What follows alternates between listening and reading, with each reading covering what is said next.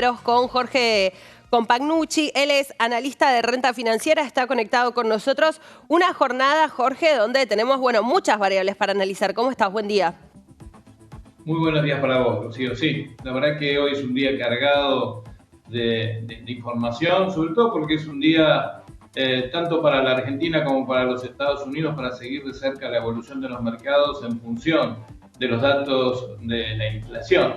Se acaba de conocer hace unos minutos la inflación en los Estados Unidos, el IPC, fue del 0.4%, vino levemente por encima de lo esperado, del 0.3%, frente al último registro de un 0.6. O sea, la inflación está cediendo en los Estados Unidos, pero no en la magnitud o la aceleración que se esperaba. Esto es un dato, podría decir, que es un poco ambiguo, pero puede permitir por lo menos una tendencia de apertura en Wall Street al alza. Veremos qué es lo que va a resolver la Reserva Federal de cara a la reunión del 1 de noviembre, sobre todo teniendo en cuenta que hay un marco que ha cambiado en los últimos 30 días y que es precisamente este conflicto bélico de tensión en Medio Oriente y que seguramente va a tener otros participantes hacia más adelante si uno observa cómo viene la secuencia técnica del índice de volatilidad y precisamente también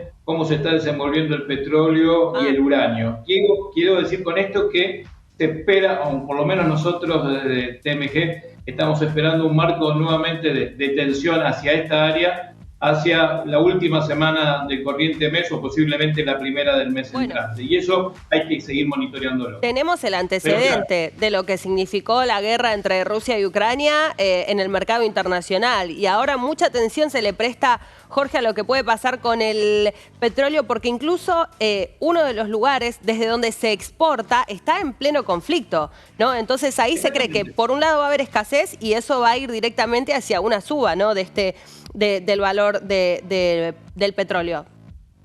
Exactamente. Bueno, cuando yo en nuestra consultora somos especialistas en ciclos y el mes pasado decíamos que mucho cuidado en el mes de octubre que podíamos tener un evento geopolítico importante y precisamente ¿por qué? Porque se cumplían los 50 años de la tensión del Yom Kippur allá con el conflicto del petróleo en 1973, que generó el proceso, obviamente, de escalada del petróleo y que generó, obviamente, una situación de conflicto hacia los mercados, donde se produjo el proceso de inflación y de caída bursátil. Por eso hay que seguir de cerca estas tensiones que también nos pueden afectar, teniendo en cuenta que también en el día de hoy vamos a conocer el dato de la inflación del mes pasado, una inflación que vino para quedarse, podríamos decir, porque ya trabajar en la Argentina con 2 dígitos es un punto, te podría decir, ya de acostumbramiento, teniendo en cuenta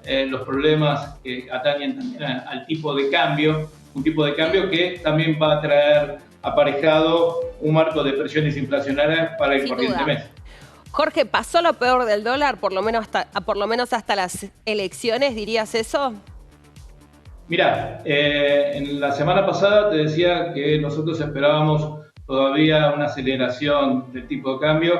Recordamos que estábamos en niveles de 8.60, 8.50 y yo te decía que nuestro objetivo era de 1.080, 1.120. Bueno, llegamos en el blue a 1.055, pero no así en los dólares oficiales, sobre todo en el contado con liquidación, que sí alcanzó nuestro objetivo de 980 pesos.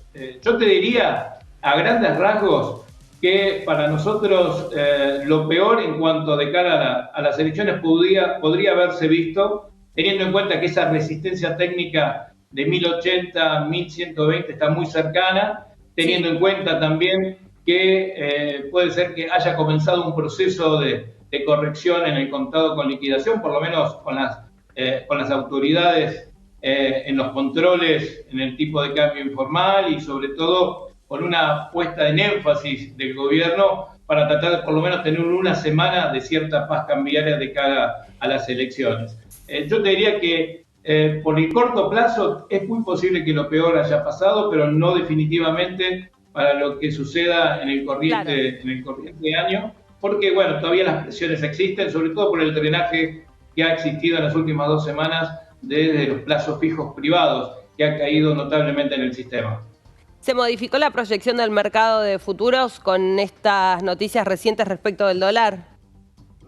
Mirá, acá tenemos en cuenta que en lo que se atañe al mercado del tipo de cambio de contratos de futuros, la apuesta acá está ligada a una posible unificación de ganar Milei en las elecciones. Hay un ida y vuelta con respecto a esas expectativas. También hay que tener en cuenta que las expectativas que están trazadas en los contratos tienen que ver las expectativas inflacionarias. O sea, también el dato del día de hoy va a ser importante para ver si esos contratos, sobre todo para mediano y largo plazo, Sí. siguen aumentando los niveles de tasas de esos mismos contratos. Por ahora, Bueno, te podría decir que los contratos están más ligados a la tasa de interés que a otra cosa, teniendo en cuenta que la mayor aceleración del tipo de cambio en lo que hace al segmento informal o en el contado con liquidación o el MEP, en el corto plazo de cara a las elecciones podría haberse visto. Además está decir que vamos a tener que estar más atentos a un ojo al exterior que a índole doméstico, teniendo en cuenta que este comienzo, como te decía yo la semana pasada, la aceleración del tipo de cambio no vino ni por los comentarios de algún candidato haciendo énfasis a la situación en la cual se encuentra el peso, sino por la caída que habían sufrido los ADRs y la deuda por el marco de tensión a este conflicto en Medio Oriente. Por eso que te diría que con el control que está tomando el gobierno, por lo menos esta propaganda de mayor presión en el dólar paralelo, y con un marco, te podría decir, de cierta relajación en los mercados externos a corto plazo, podría decirse que lo peor de cortito plazo podemos visto. O sea, el dólar ya en 4 dígitos ya ha sido tocado, no ha sido un cuco, no ha sido un fantasma, ya la gente se va acostumbrando porque, sí, como te decía, está en lamentablemente, línea ¿no? con la que tenemos. Y en ese contexto, Jorge, también en relación a la inflación que se conozca hoy, ¿qué va a hacer el Banco Central también con la tasa? Bueno, yo creo que, a ver, si uno observa el drenaje que está teniendo el sistema, debería subir por lo menos algunos puntos de manera simbólica como para reflejar su atención a tratar de seducir a los ahorristas. Además está decir que creo que sería una medida totalmente inocua porque el ahorrista o en la situación coyuntural que está teniendo la Argentina prima la cobertura cambiaria. O sea, vos le podés dar un poco más de tasa de interés, sí se podría haber encontrado un punto de seducción tal vez hace 6 o 10 meses atrás, pero no ahora que estamos en el punto más de clímax en donde el ahorrista privilegia obviamente la cobertura. Subir las tasas de interés es seguir drenando hacia adelante un mayor problema hacia esta bomba de liquidez que hoy se sigue transitando la Argentina